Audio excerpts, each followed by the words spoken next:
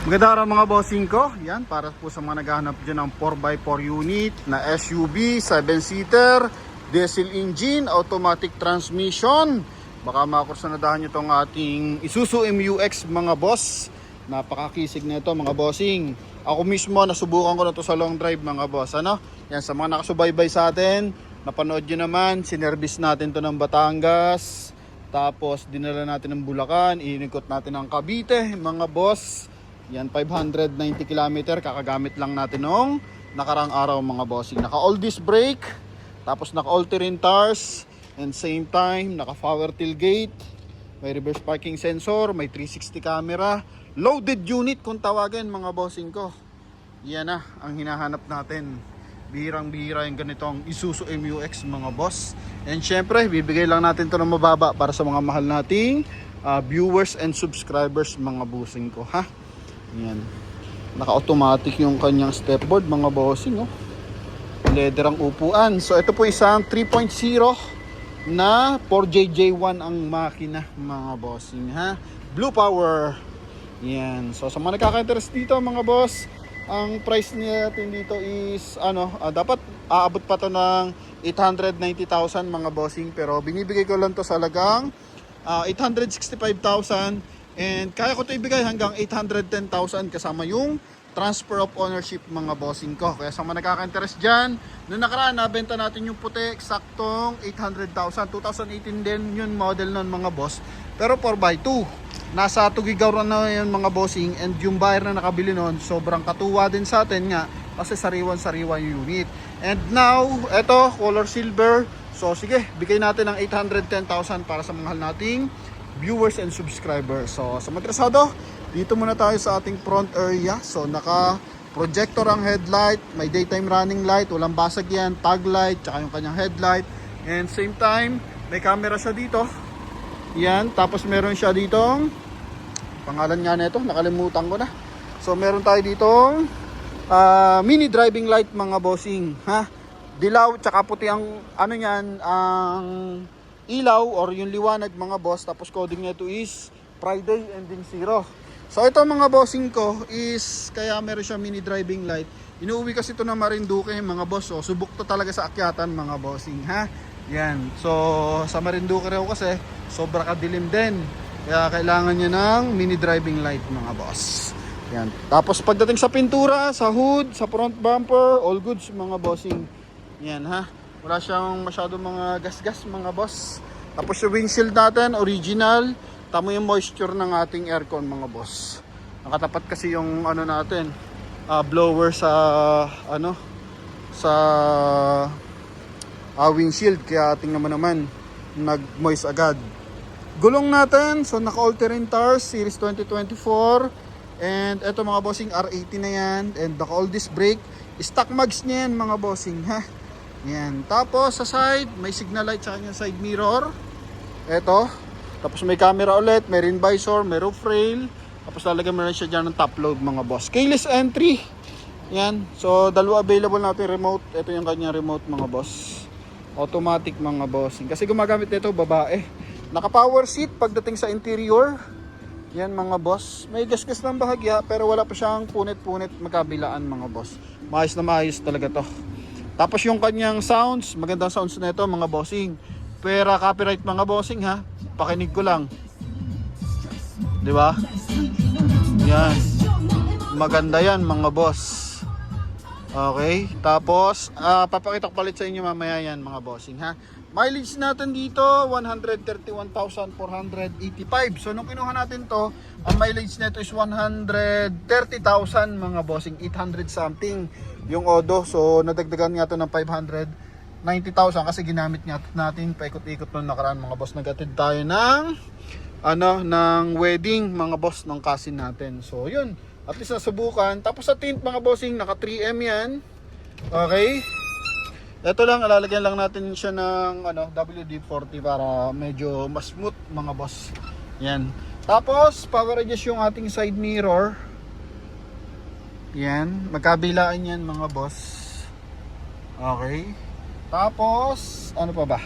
Power fold na rin. Yan. Okay. Yan mga boss. Then ang kagandahan dito, once na nag-signal light ka, lumalabas yung ating 360 camera. Bihirang bihira yan. So pag ganyan yung inyong monitor, so nagre-range yan mga bossing ng possible nasa 22 to 25,000 yung inyong mga boss, yung inyong head unit kapag ganun mga bossing ha. Medyo mahal yan mga boss. Okay, busina. Naka-upgrade ng bahagya yung busina mga bossing, naka-automatic climate control, tapos naka-dual airbag siya mga boss. Kagandahan dito, may monitor din siya dito mga boss, no? Yan, so papakita natin mamaya kung gumagana siya mga bossing. Then, eto mga boss, optional 4x4 mga boss. So kung umakyat tayo ng bulubundukin or pangit talaga yung daan mga boss, so kailangan mo mag 4x4. Kagandahan dito 3.0 push start unit, meron na rin siyang cruise control mga bossing ha. So kompleto Ricardo. So sa leather ng ating steering wheel, all goods pa naman. So match lang yan sa 131,000 km. Walang basag yung ating dashboard, walang basag yung ating mga windshield, tsaka mga window. Tapos ito yung ating door opener, chrome. Tapos meron dito siyang ambient light mga boss, no? Ito is kulay black na accent ng ating mga bossing ng ating door panel. Yan, so pailaw tayo. Yun mga boss. Kita mo ba yung ambient light na yan? Di ba? Naghahatid dyan ng elegantness ng ating unit mga bossing. Okay? So punta tayo sa second row, then automatically pag open mo ng pinto, di ba? Bababa yung kanyang stepboard. Yun, naaktuhan natin. Tapos, naka-dishmatting na rin to mga bossing. So, yun nga, power seat na rin to.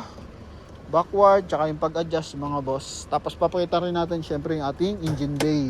Meron siyang decrescent assist if ever na pababa yung ating tutunguin or medyo bangin mga boss. So, kailangan mo yan para alali talaga yung takbo. Tapos, naka-all disc brake naman yan mga bossing.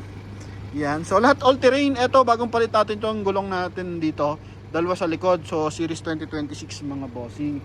Tapos yun sa harapan 2024. 85% tsaka 95% tread life mga boss. Ito yung kanyang second row. Yan. So pag nanood ka ng movie doon sa harap, i-play natin para at least maganda yung ating pagkakademo. Yan ha. Check tayo dito ng video. Sana meron video dito mga boss. Noong nakaraan parang meron eh. Oops, paano ba to? Tingin tayo. Sana meron. Noong nakaraan I think meron yun, no? Di ba? Yun! So magre-reflect na yan dito sa kanyang second row. Wow, di ba? So if ever na nasa third row seat ka, maganda dito mga bossing. Mahaba yung kanyang sandalan sa third row seat. So papakita natin mamaya. Ceiling niya, tapos meron siyang sariling switch ng aircon, napakalinaw, 'di ba? Oh. Then ito yung ating rear area, naka-LED yung ating fog light. Yan. Okay. Tapos meron siyang ilaw dito sa ating back door panel. Then ilaw at ilaw camera mga boss. Yan, meron siyang 360 camera, tapos meron pa siyang reverse camera mga bossing. So doble rekado yan. Tingnan mo yung kanyang sandalan sa likod. Napakahaba, di ba? So mas mahaba to compare mo sa Fortuner, sa Montero. Hanggang dito lang kasi yan. So pag matatangkad yung sakay mo sa likuran, so it's possible na mangangalay sila compare doon sa nasa unahan tsaka nasa gitnang pasahero. Pero dito hanggang dulo komportable mga bossing ko. Okay? Tapos dito meron siyang 12 volt socket. Abot dito yung kanyang dishmatting. So yung tumutunog-tunog dito, plaka yun mga boss. Yan yung kinakabitan natin ng plaka mga bossing ha. Tapos hydraulic assist. Long press mo lang para magsara. Di ba? Tapos meron siyang 2-eye reverse parking sensor. Yan. So napakakisig naman ng ating Isuzu MU-X na yan. Ito yung kabilang side. Check natin kung gumagana talaga yung kanyang stepboard dito. Yun di ba? Yung upuan. So mapapansin mo, ang lang na upuan, medyo gas-gas yun sa driver side. Pero dito sa likuran, tsaka sa kabilang side, hindi masyado. Ganda ng kanyang ambient light mga bossing. Yan dito rin. Yan 100% na hindi binaha ang ating unit mga bossing ko ha. Yan. Walang mga kulay kalawang dyan mga boss. Armrest maayos. Yun oh, mga bossing. Meron siyang RFID. Loloadan mo na lang to, dalawa. Okay. Tapos yun nga, maganda ang sun setup. Maganda ang speaker niya. Tapos malinaw ang monitor. Maganda ang ilaw. Naka-ambient light. So wala ka nang hahanapin pa. 4x4 unit pa. Okay. Yan. Then walang kalampag to mga bossing. Walang kabigang manabela. Maayos na maayos to mga boss. Tayo kumuha na ito sa Magallanes Subdivision, Makati. Doon natin to nakuha mga bossing. Medyo mabigat lang hood nito. Yun mga boss. Walang tagas mga bossing ha. Tingnan mo naman yan. Oh, napakaayos niyan mga bossing. Yan. Timing gear. Ang Isuzu mga boss. Walang history ng bangga mga boss. Tsaka buo yung mga panel. Chinek naman natin ang maigi yan mga bossing ko. So pwede kayo rin magpadala ng mekaniko mga boss. Pero kung nasubaybay nyo yung biyahe natin ito, napakakisig mga bossing ha. Short video lang yun, pinakita lang natin na at least talagang from Batangas, tapos dito sa pinagpagasan natin sa Petron, tapos Bulacan. Ayun yung kanyang system, yung power system para do sa ating stepboard. Alright. Yan, so naghahanap po ng maayos na unit. Bagong change oil na rin to mga bossing, change oil natin. Bagsak lang natin ng bahagya. So ano pa bang kailangan dito? So maglalagay ka na lang siguro dyan, possible yung tool na top load mga bossing para kitang kita mo yung tindig oh. Ang sarap siguro tigitigan na ito sa garahe mga boss. So sa mga nagkaka-interest dito, so kapag financing 865 tayo mga boss. Pero kung ika-cash, sige, laban tayo 810,000 mga bossing. Pailawin ko yung kanyang mini driving light mga boss. Yan. So kung gusto yung tanggalin, pwede, walang problema. Tapos yung kasi, Isuzu MU-X, may talaga siya. Meron siyang tag dito mga boss. May daytime running light, so may switch din siya mga bossing dito oh. Kasi nga ginagamit nila to sa pag-travel, di ba? So ginagamit nila to sa pag-travel. So kung gusto mong patayin yung iyong daytime running light, pwede. Yan oh. Patayin natin. O, di ba? Naka-off, nakabukas pa rin, wait lang. Patay natin pati ilaw. So, napapatay kasi siya mga bossing. Yan. O, yan, naka-off yan mga boss. Pero, pwedeng naka-on yan mga bossing, ha?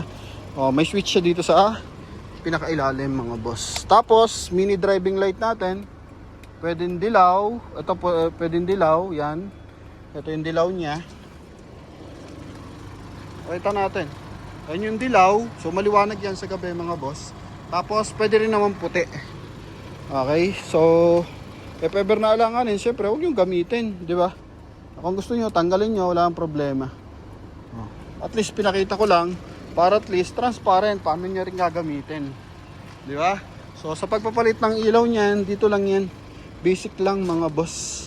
Ito yung switch. Yan. Tapos yung pa isang switch. Ilaw dito sa kabila. Ito mga boss. Ito pala. Yan mga bossing. Headlight. Tapos ito, may pindutan siya dito mga bossing.